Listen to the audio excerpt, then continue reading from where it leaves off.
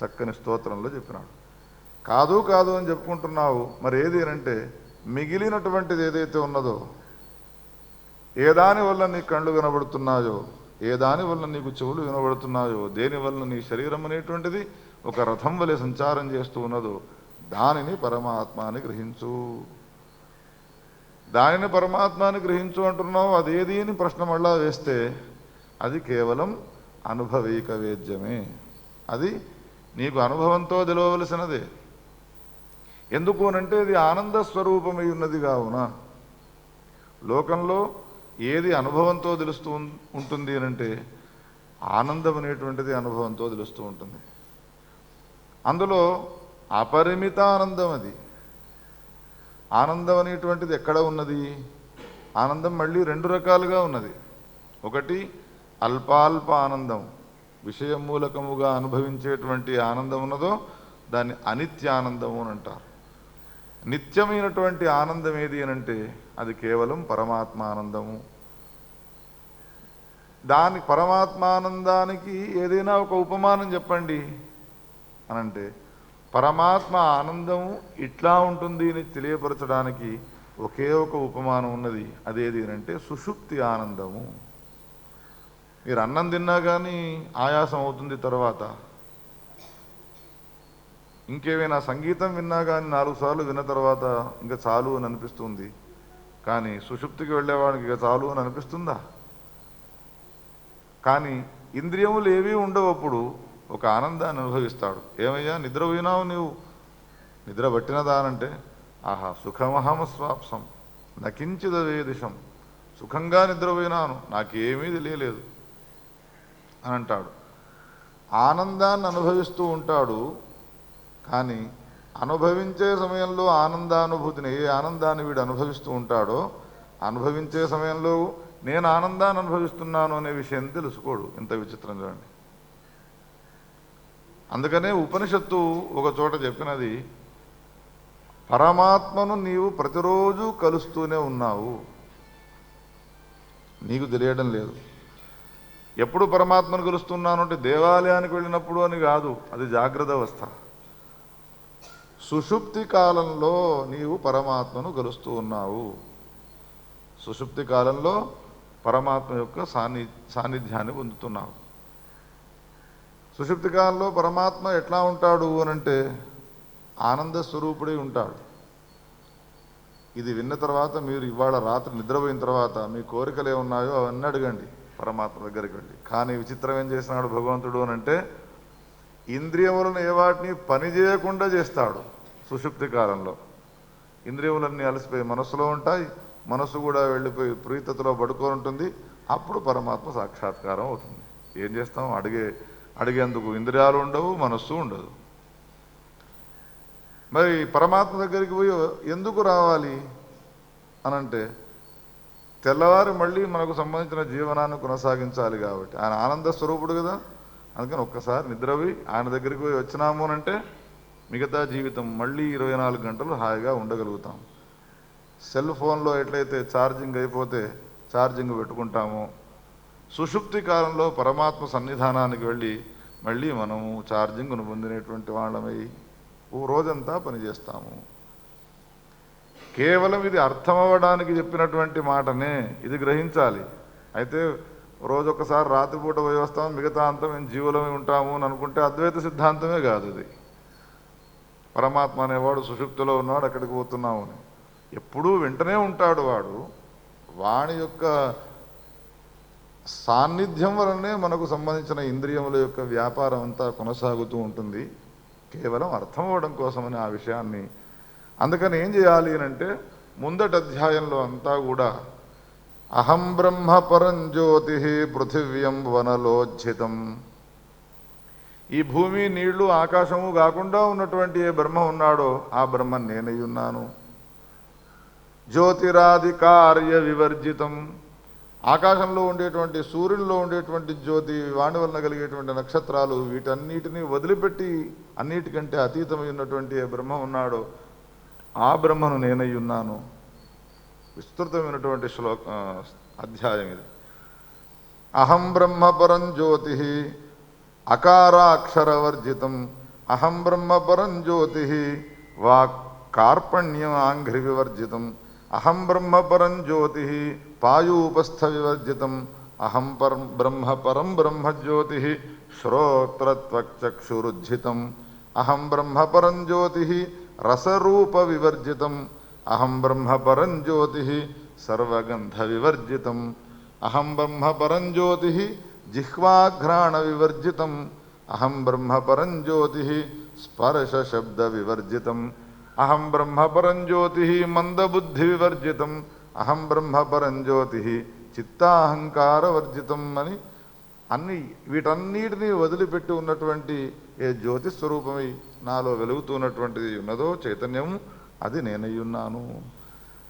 ఈ విధమైనటువంటి భావనను చేస్తూ ఉండగా కాలాంతరంలో వీడు బ్రాహ్మీ భావాన్ని పొందుతాడు.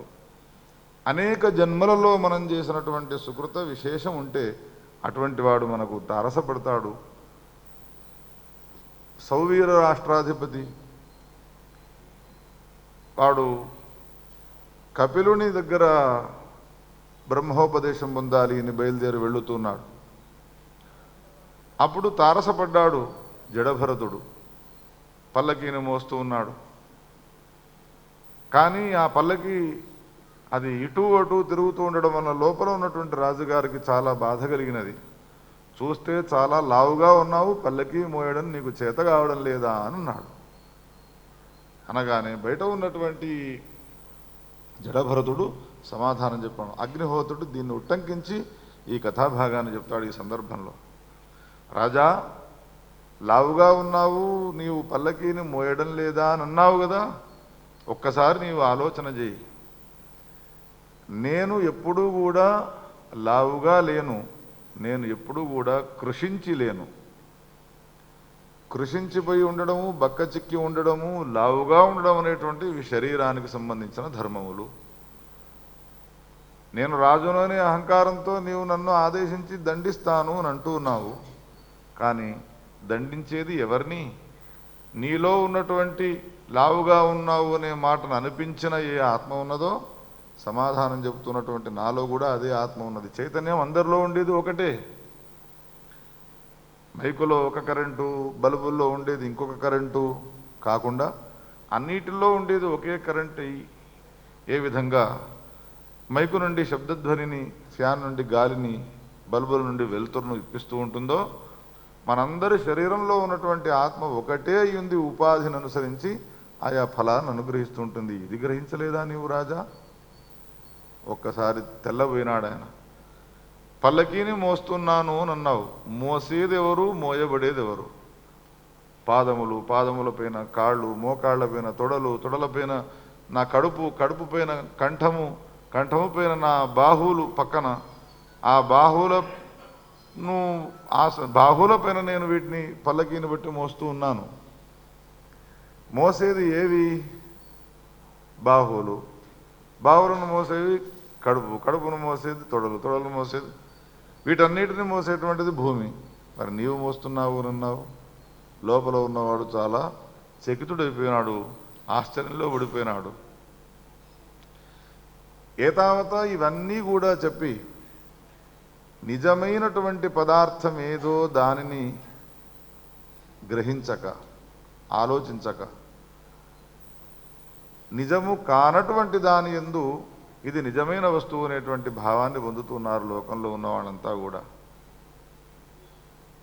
ఈ మాటలన్నీ విన్న తర్వాత ఆయనకి ఇంకా కపిలుని దగ్గరికి వెళ్ళాలి అని అనిపించలేదు. ఈయన దగ్గరనే అఖండమైనటువంటి జ్ఞానాన్ని ఉపదేశంగా పొందినటువంటి వాడై అనుభవం వచ్చేదాకా అరణ్యంలోనే ఉన్నాడు. కాలాంతరంలో సద్గతిని పొందినాడు అనేటువంటి కథ భాగవతంలో వచ్చినటువంటి దాన్ని చాలా విస్తృతంగా ఈ అగ్ని పురాణంలో వర్ణించినాడు.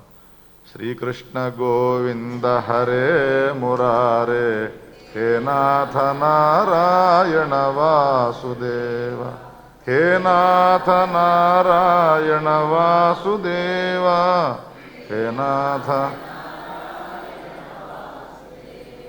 హే నాథ నారాయణ వాసుదేవ. భక్తవత్సల భగవానికి జై. గౌరీ శంకర భగవానికి నమః. పార్వతీపతే. హర హర మహాదేవ హర. మనం యాత్ర చేస్తాము, ప్రయాణం, ఇంటి నుండి బయలుదేరి ఆఫీసుకు వెళ్ళడము, లేకపోతే బజారుకు వెళ్ళడము, ఊరికి వెళ్ళడము, సత్సంగాలకు రావడము చేస్తూ ఉంటాం. వెళ్ళే సమయంలో దారిలో రకరకాలైనటువంటి శకునాలు మనకు కనబడుతూ ఉంటాయి. లోకంలో ఒక శకున శాస్త్రాన్ని, లోకంలో ఒక లక్షణ శాస్త్రాన్ని, శరీరానికి సంబంధించినటువంటి అవయవాలను అనుసరించి వాళ్లకు సంబంధించిన భవిష్యత్తునంతా చెప్పవచ్చు. దానిని ఒక శరీర లక్షణ శాస్త్రము అని అంటారు. శకునాలను అనుసరించి మనం పోయేటువంటి పని అవుతుందా కాదా అనేటువంటిది ఆ శకునములే చెప్పుతూ ఉంటాయి. ఆ పశువులు పక్షులు వాటికి ఉన్నటువంటి మేధశక్తి మనకు ఉండదు. ప్రయాణం అయ్యే సమయంలో తెల్లటి వస్త్రములు, స్వచ్ఛమైనటువంటి ఉదకము, నీళ్లు, ఫలములతో కూడుకున్నటువంటి వృక్షాలు, నిర్మలమైనటువంటి ఆకాశము, పొలములలో చక్కగా పండినటువంటి పంటలు, తర్వాత నల్లటి ధాన్యములు ఏవైతే ఉన్నాయో ఇవి అశుభాన్ని కలిగిస్తాయి. దూది, పత్తి, తర్వాత గడ్డి గలిచినటువంటి ఎండిన గోధుమలు, తర్వాత పిడకలు, బొగ్గులు, బెల్లము, తర్వాత నెత్తికి నూనె పెట్టుకున్నటువంటి, బాగా నూనె గారుతున్నటువంటి వ్యక్తి, నగ్నముతో ఉన్నటువంటి సాధువు, ఇనుము, బురద, తర్వాత చర్మము, వెంట్రుకలు, పిచ్చివాడు, నపుంసకుడు, చండాలుడు, జైలుకు సంబంధించినటువంటి అధికారి, గర్భిణి, విధవ, తర్వాత బూడిద, నిప్పులు, ఎముకలు, బద్దలైపోయి ఉన్నటువంటి ఏ పాత్రలు ఉంటాయో ఆ పాత్రలు ఇవి కనుక ఒకవేళ కనబడ్డాయి అంటే అశుభము. యాత్రకు, అందులో యుద్ధానికి వెళ్ళేవానికి ఇవి కనబడితే వానికి పరాజయమే అని భావించాలి. బద్దలైపోయి ఉన్నటువంటి తాళము, తర్వాత వాద్యధ్వని, అది సరైనటువంటి రీతిలో, తాళం సరైనటువంటి రీతిలో వస్తే పర్వాలేదు, దిబ్బడ దబ్బడ చప్పుడు ఆ శబ్దధ్వని వస్తూ ఉన్నదనుకోండి, అది అపశకునము. క్వయాసి తిష్ట మా గచ్చ, మనం బయలుదేరుతున్నాం, ఎక్కడికి పోతున్నావయ్యా అన్నారనుకోండి, అయిపోయింది, ఆ పని జరగనే జరగదు. లోకంలో మనం అనుకుంటుంటాం, అబ్బా వెళ్ళే సమయంలో ఎందుకు అడిగినావురా, అది ఎక్కడనో లేదు, అగ్నిపురాణంలో వ్యాస భగవానుడు చెప్తున్నాడు. క్వయాసి, ఇప్పుడేం పోతావులే కూర్చో అన్న, అది అపశకునమే. క్వయాసి తిష్ట మా గచ్చ, వెళ్ళకు అని అన్నారనుకోండి, ఇవన్నీ కూడా అనిష్టాన్ని కలిగించేటువంటివి అవుతాయి. వెళ్ళండి అని వెనక నుండి మనకు ఆ శబ్దాలు వచ్చినాయనుకోండి, అది శుభాన్ని కలిగిస్తుంది. మనం వెళుతున్న సమయంలో ఏదో పని పైన వెళుతున్నట్టుగా ఉన్నది, వెళ్ళండి అని అన్నారనుకోండి, మనకు శుభాన్ని కలిగిస్తూ ఉంటుంది. ఒకవేళ వెళ్ళండి అని ముందు నుండి అన్నారనుకోండి, అది అశుభాన్ని కలిగిస్తుంది అన్నాడు. ఎక్కడికి వెళుతున్నావు, ఆగు, వెళ్ళకు, అక్కడికి వెళ్ళడం వల్ల నీకేం ప్రయోజనము అనేటువంటి మాటలు ఉన్నాయో ఇవన్నీ కూడా అనిష్టాన్ని కలిగించేటువంటివి ఉంటాయి. ఇంటిపైన ఏదైనా ఒక ధ్వజం ఉండి ఆ ధ్వజం పైన గద్ద కూర్చొని మాంసాహారం తింటూ కనిపించినదనుకోండి, అది కూడా అపశకునమే, సరైనటువంటిది కాదు. వెళుతున్న సమయంలో ఒక ఏనగ, ఒక గుర్రము అది కింద పడిపోయినదనుకోండి, వెనకటి కాలంలో ఏనుగల గురించి రాసినారు, ఇప్పుడు ఏనుగ స్థానంలో ఒక పెద్ద బైకు లేకపోతే ఒక కారు అని మనం అర్థం చేసుకోవాలి. వాహనాలు ఏవైతే ఉంటాయో అవి యాక్సిడెంట్ అయి పడిపోయి ఉన్నప్పుడు అది కూడా మనకు శుభశకునం కాదు అని భావించాలి. ఇక వెళ్ళే సమయంలో మన ద్వారము మనకు తలకు దాకిందనుకోండి, అది కూడా శుభము కాదు. ఛత్రము, తర్వాత వస్త్రాలు మొదలైనటువంటి ఏవైతే ఉన్నాయో తీసుకపోతున్నటువంటి వస్తువులు జారిపడ్డాయి కింద అనంటే అది కూడా శుభశకునం కాదు. బ్యాగ్ పట్టుకొని తొందరగా వెళుతుంటారు, చేతుల నుంచి జారిపోతుంది, అది శుభశకునం కాదు. అదేవిధంగా ఇటువంటి అపశకునాలు అని మరి ఈ అపశకునాల గురించి చెప్పుతూ వెళుతున్నావు, వినడానికి బదులు ఇవాడు పురాణానికే రాకుండా ఉండేవాళ్ళం హాయిగా. ఇవన్నీ అపశకునాలు నువ్వు చెప్పి కూర్చుంటే ఎట్లా అంటే వ్యాసుడు దీనికి పరిహారం చెప్తున్నాడు. ఇటువంటివి అపశకునాలు జరిగినప్పుడు ఒక్కసారి కూర్చొని శ్రీకృష్ణ గోవింద హరే మురారే ఎటుపోయి మళ్ళా మన భజనకు రావాల్సిందే. వ్యాసుడు ఎన్ని పురాణాలు చెప్పని ఆయన ఇక్కడ చెప్తాడు చూడండి. హరిమభ్యర్చ్య సంస్తుత్య స్యాత్ అమంగళ్యనాశనం. నారాయణమూర్తిని పూజించి లేదా దేవతా విగ్రహాలను దర్శించి అది కూడా నీకు కుదరలేదు అనంటే సంస్తుత్య స్యాత్ అమంగళ్యనాశనం.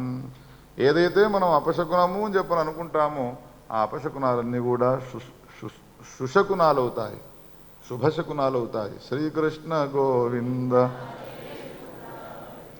హే నాథ నారాయణ వాసుదేవ, హే నాథ నారాయణ వాసుదేవ, హే నాథ. తెల్లటి పుష్పాలు కనబడడం చాలా శుభం. మల్లెపూలు అమ్ముకుంటూ వచ్చినాడు అనుకోండి ఎవడైనా, అది చాలా శుభ స్వప్నం.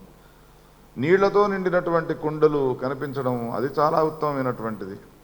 మాంసము, చేపలు, దూరం నుండి కోలాహలము, తర్వాత ఒక్కడే ఉన్నటువంటి వృద్ధుడు, మేకలు, గోవులు, గుర్రములు, ఏనుగలు, దేవప్రతిమలు, మండుతూ ఉన్నటువంటి అగ్ని, గరికలు, తర్వాత గోమయము, వేశ్యస్త్రీ, బంగారము, వెండి, రత్నాలు, తర్వాత ఓషధులు, పెసర్లు, ఆయుధాలలో ఖడ్గము, ఛత్రము, తర్వాత రాజచిహ్నములు మొదలైనటువంటి ఏవైతే ఉన్నాయో ఇవన్నీ కూడా శుభస్వప్నాలే, శుభశకునాలే.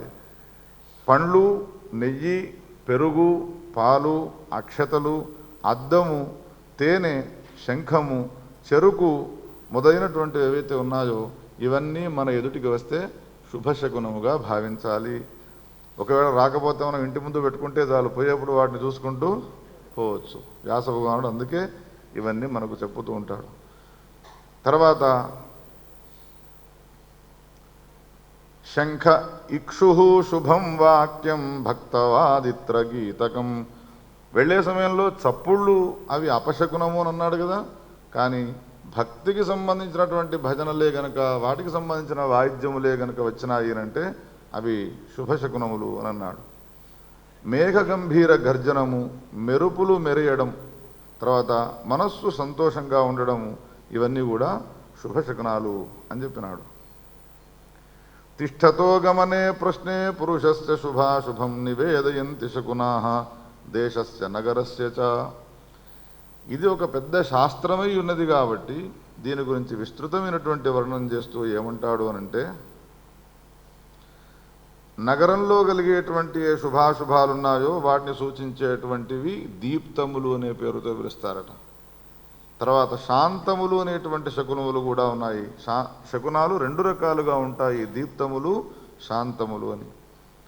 దీప్త శకునములు అనేటువంటివి ఏవైతే ఉంటాయో దానికి సంబంధించిన ఫలితములు అశుభాలనిచ్చేటువంటివి. తర్వాత శాంత శకునములు ఏవైతే ఉంటాయో అవి జ్యోతిష్ శాస్త్రాల్లో ప్రసిద్ధమై ఉన్నాయి, వాటిని శాంతములు అనేటువంటి పేరుతో పిలుస్తూ ఉంటారు అని చెప్పినాడు.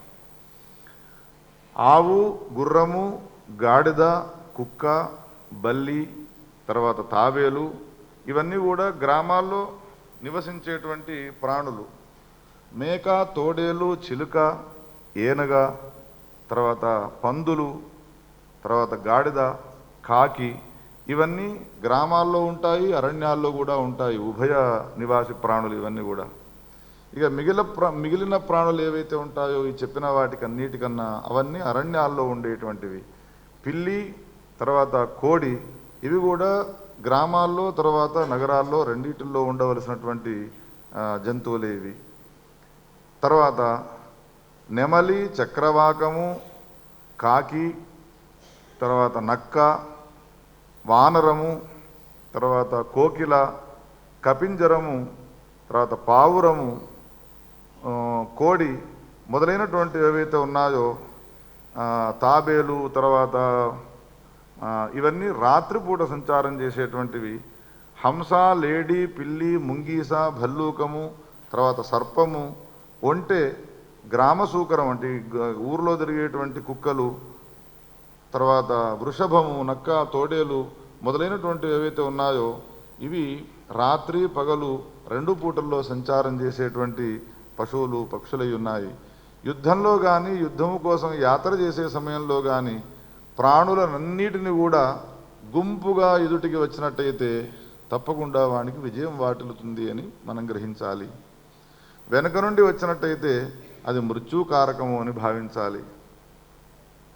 నల్లటి కంఠంతో కూడుకున్నటువంటి పక్షులు కనుక ఒకవేళ బయటికి వచ్చి ధ్వని చేస్తూ ఉన్నట్టయితే రాజుకు ఏదో అవమానం జరగబోతుంది అని మనం భావించాలి. యాత్రా సమయంలో దేవతలకు సంబంధించినటువంటి దర్శనాలు ఏవైతే ఉన్నాయో అవి చాలా ఆనందాన్ని కలిగించేవి, శుభశకునాలు అయి ఉంటాయి అని గమనించాలి. ఇక ముందు అధ్యాయంలో ఏం చెప్తూ ఉంటాడు అనంటే వ్యాస భగవానుడు ఎలుక, నక్క, పులి, సింహము, పిల్లి, గాడిద ఇవి ఎడమ నుండి కుడికి కాకుండా కుడి నుండి ఎడమకు పోయినాయి అనంటే మంచిది కాదు. వెళ్ళే సమయంలో గాడిద గనక ఒకవేళ గట్టిగా పెట్టినదనుకోండి, కపింజల పక్షి ఎడమ పక్క కానీ కుడి పక్క కానీ ఒకవేళ సంచారం చేసినది అనంటే అది శుభశకునము అని అన్నాడు. ఇప్పుడు గాడిదలే లేవు కాబట్టి ఆ చింతన లేదు మనకు. ఇక్కడ ఉన్నాయో లేదో తెలియదు నాకు. కరీంనగర్ ప్రాంతంలోనైతే లేదు. కపింజల పక్షి వెనక పక్క ఉన్నట్టయితే అది చెడ్డ ఫలాన్ని ఇస్తుంది అన్నాడు. ఇక ఎద్దు, గుర్రము, గద్ద, పులి, సింహము, పిల్లి, గాడిద తర్వాత మొదలైనటువంటి ఏవైతే ఉన్నాయో కుడి నుండి ఎడమకు వెళ్ళినట్టయితే మనోవాంఛితము తప్పకుండా అవుతుంది అన్న. కుడి నుండి ఎడమకు వెళ్ళాలి. పిల్లి కనబడ్డది అనగానే అది అపశకునం కిందికి తీసుకోకూడదు, అది వెళ్ళినటువంటి దాన్ని అనుసరించి. కాకి కనిపించినది అనగానే అపశకునం కింద తీసుకోకూడదు, అది వెళ్ళిన దాన్ని అనుసరించి నిర్ణయాన్ని తీసుకోవాలి అని చెప్పినాడు. కోకిల, తర్వాత కోతి, తర్వాత గద్ద మొదలైనటువంటి ఏవైతే ఉన్నాయో ఇవి కనుక కనిపించినవి అంటే ఇవి శుభశకునములు అని మనం గుర్తించాలి అన్నాడు. ఈ విధంగా ప్రయాణం అయ్యే సమయంలో అనుకూలమైనటువంటి దిక్కుకు కాకి గనక ఒకవేళ వెళ్ళినట్టయితే, మనం తూర్పుకు ప్రయాణం అవ్వాలి అని అనుకున్నాము, కాకి కూడా అటే వెళ్ళినది అనుకోండి, అప్పుడు తప్పకుండా మనకు మంచి జరుగుతుంది అని భావించాలి, కార్యసాధకం అవుతుంది. మనం వెళుతున్నాము, మనకు ఎదురుగా కాకి వచ్చినదనుకోండి, మనం వెళ్ళేటువంటి పని జరగదు అని భావించాలి. కాకి గనక ఒకవేళ ఎదుటికి వచ్చి కావు కావు అని అరిచినదనుకోండి, ఈ మాటలన్నీ రాస్తాడు వ్యాస భగవానుడు. కావు కావు అని అరిచినదనుకోండి, అప్పుడు యాత్రా భంగం అవుతుంది అని మనం భావించాలి. కాకి ఎడమ వైపున ఉన్నట్టయితే శుభము, కుడివైపులో ఉన్నట్టయితే అశుభము. వామభాగం నుండి అనుకూలమైనటువంటి దిక్కు వైపుకు ఎగిరినట్టయితే శ్రేష్టము, కుడి పక్క నుండి అనుకూలమైనటువంటి దిక్కుకు ఎగిరిపోయినట్టయితే మధ్యమ ఫలము, వామభాగం నుండి ప్రతికూలమైనటువంటి దిక్కుకు వెళ్ళినట్టయితే అది యాత్రను నిషేధిస్తున్నది అని మనం గమనించాలి. మనం బయలుదేరాలి, ఏటో ప్రయాణం చేయాలి అని మనం అనుకున్నాము. ఇంతలో ఇంటిపైకి వచ్చి ఒకవేళ కాకి వాలినదనుకోండి, అది చాలా మంచిది అని గ్రహించాలి. నీవు వెళ్ళేటువంటి పని జరుగుతుంది అని.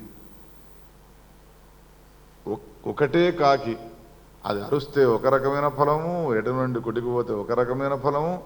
ఇంటిపైన వచ్చి కూర్చుంటే చాలు, మనం ప్రయాణం అయ్యే సమయంలో మన కార్యం సఫలమవుతుంది అనేటువంటి విషయాన్ని మనం గుర్తించవచ్చును అని అన్నాడు.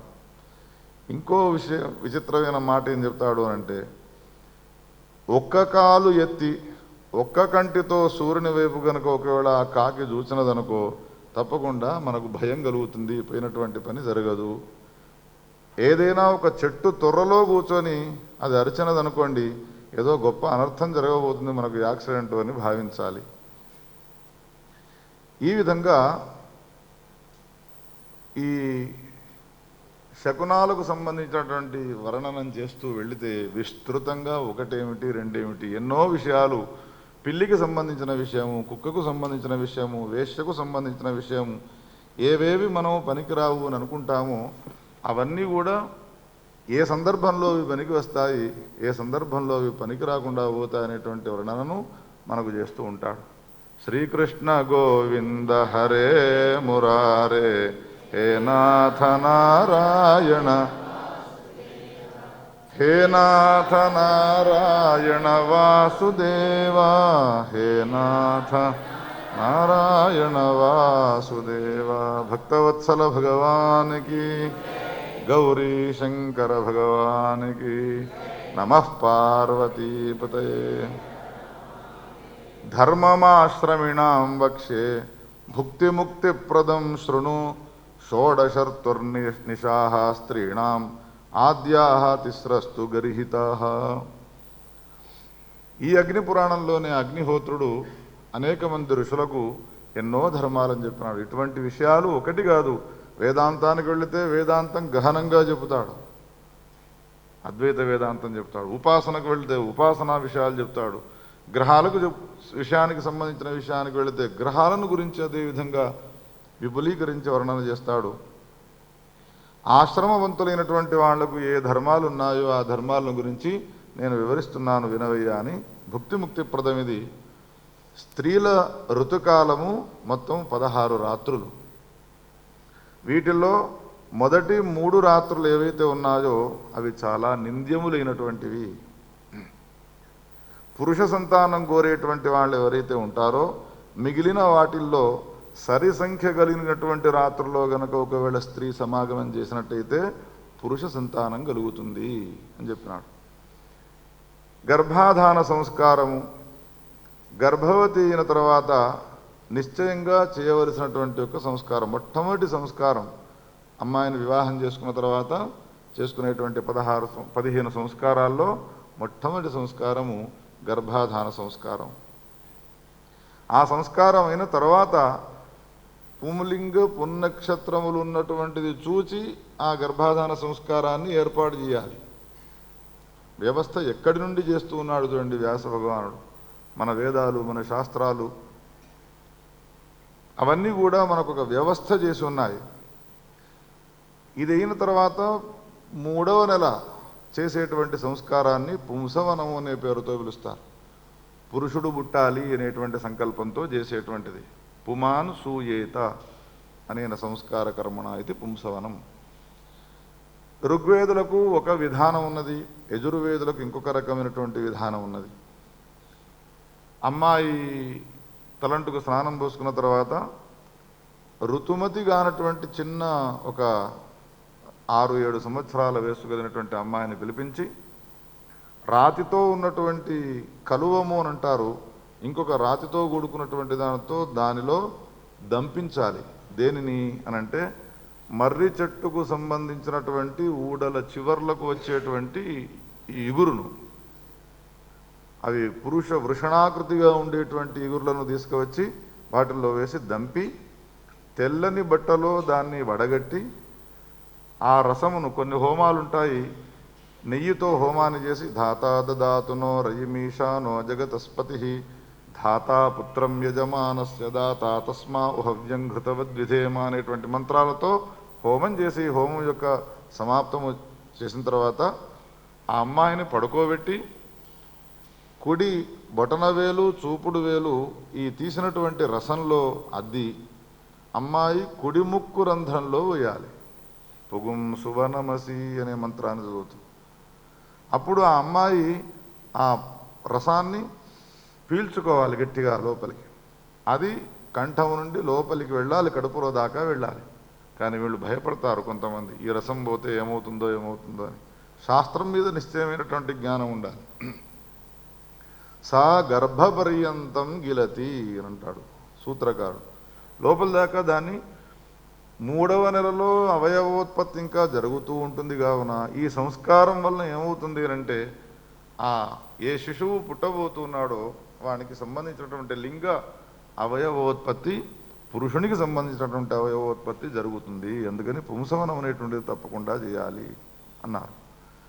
అదైన తర్వాత నాళఛేదనం కాకముందు 9 నెలలు అయిన తర్వాత ప్రసూతి వాయువు నెట్టివేయగానే పిల్లవాడు బయటికి వస్తాడు. ఇంకా బొడ్డును కూడా కత్తిరించకుండా ఉన్న సమయంలో చేసే సంస్కారమును జాతకర్మ అనే పేరుతో పిలుస్తారు. మనకు శాస్త్రకాలు